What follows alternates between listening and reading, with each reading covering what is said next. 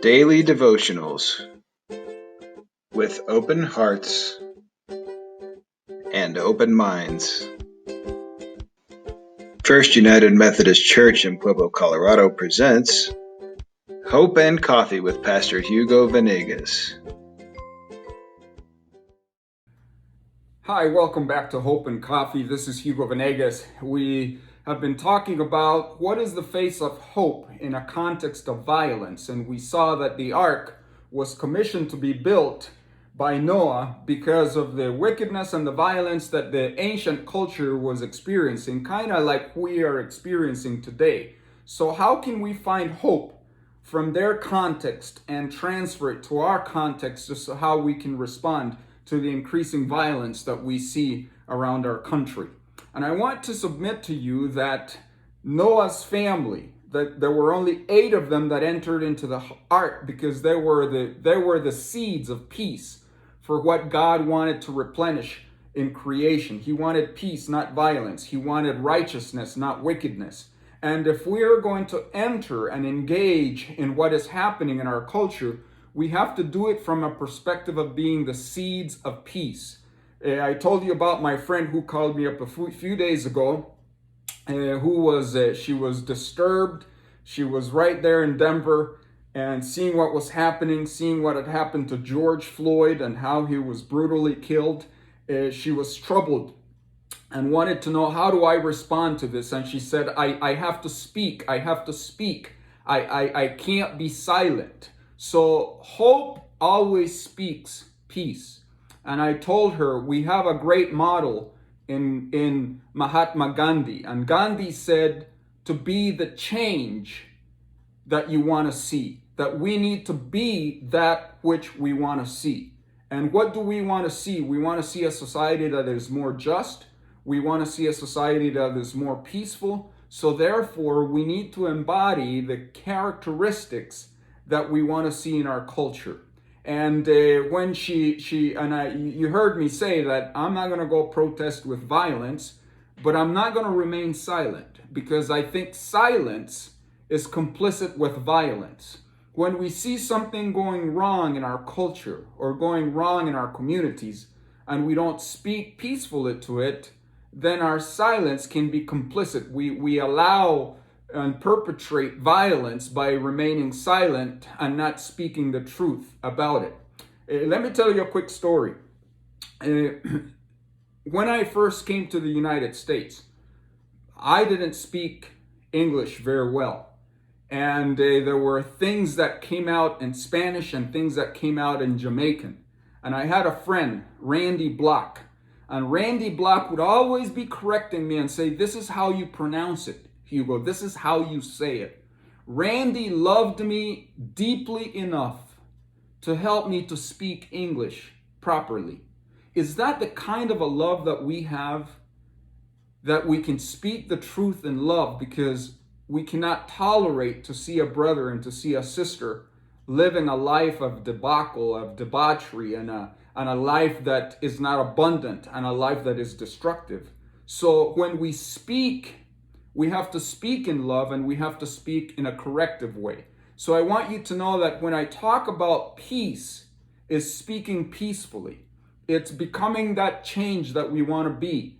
And I want to read you this in Genesis, because this is very important. In Genesis chapter 7, verses 11 through 16, it says, in the 600th year of Noah's life, in the 7th day of the 2nd month, on the day that the springs of the great deep burst forth, and the floodgates of heavens were open, and the rain fell on the earth 40 days and 40 nights. And that very day Noah and his sons, Shem, Ham, and Japheth, together with his wife and their wives, entered into the ark. They had with them every wild animal according to its kind, a livestock according to their kinds, every creature that moves along the ground according to its kind, and every bird according to its kind, everything with wings. Pairs of all creatures that have breath of life in them came to Noah and entered the ark. And I want you to pay attention to verse 16. The animals going in were male and female of every living thing as God commanded Noah, then the Lord shut him in. Did you get that? Noah built the ark. Noah got all the animals in. Noah got his family in. But who shut the door of the ark? It was God who shut the door of the ark. Do you know why God was the one who shut the door of the ark? Let me give you two reasons. Number one is, what did he have in the ark? The seeds of peace. The seeds for a new world of righteousness, of loving God, of loving humanity. That's what God was preserving them, so that salvation would come to creation and that God would have an opportunity again to do his plan of spreading humanity in a loving God, in a loving each other sense of the word. Now, why is it important that he shut the ark? Could it be that Noah or one of his boys would have allowed their friends who were going to drown in once the rain started coming in? I think that's probably why God shut the ark.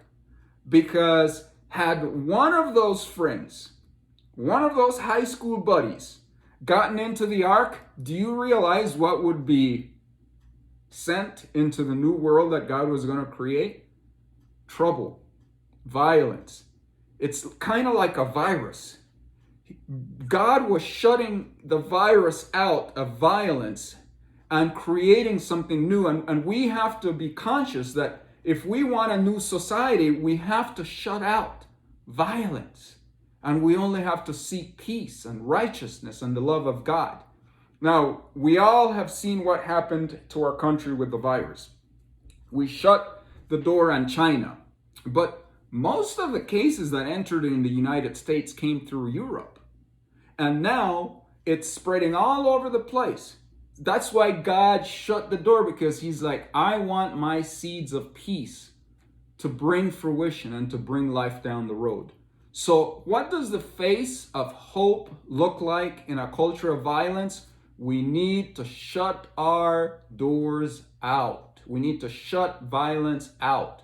We need to be peace. We need to pray peace. We need to pray that something good would come out of this. We need to pray that justice will be served. We need to pray for a creation of reconciliation, a creation of love in our community, a creation that we are one. We're all children of God.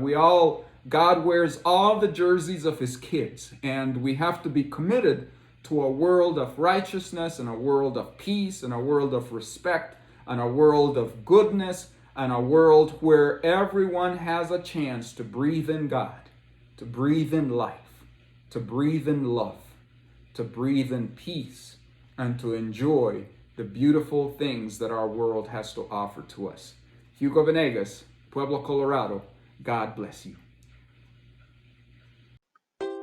Thank you for joining us for our daily devotional, Hope and Coffee, with Pastor Hugo Venegas. If you enjoyed today's devotion, like or subscribe below. We also welcome you to join our family at First United Methodist Church in Pueblo, Colorado. You can visit our website at firstumcpueblo.org, and we hope you continue to have a blessed day. We'll see you tomorrow.